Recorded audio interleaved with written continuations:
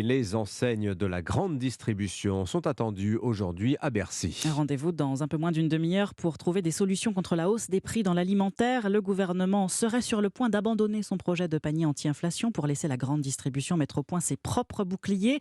150 produits à prix coûtant par exemple chez Système U ou 200 produits à 2 euros en moyenne pour Carrefour. En un an, les prix de l'alimentaire ont gonflé de 14,5%. Alors combien sur un mois? C'est ce que l'on voit tout de suite avec le panier européen. Et Baptiste Morin, le chef du service économie d'Europe 1 qui nous a rejoint. Bonjour. Bonjour. Baptiste, chaque premier lundi du mois, Europe 1 fait les comptes.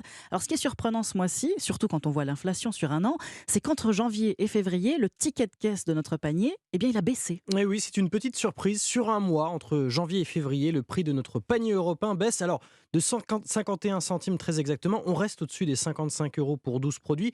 Mais c'est un phénomène intéressant. Cette baisse, elle s'explique surtout à travers deux produits, la lessive et les pâtes. Écoutez, Émilie Mayer, experte produits de grande consommation chez notre partenaire, le panéliste IRI. En février, il y a eu des promotions plus attractives sur les lessives qu'en janvier et ça permet pour les consommateurs de payer le produit moins cher. Et puis les pâtes, elles augmentent énormément depuis plus d'un an. Et là, c'est vrai que le cours du blé redescend, donc le prix des pâtes n'augmente plus.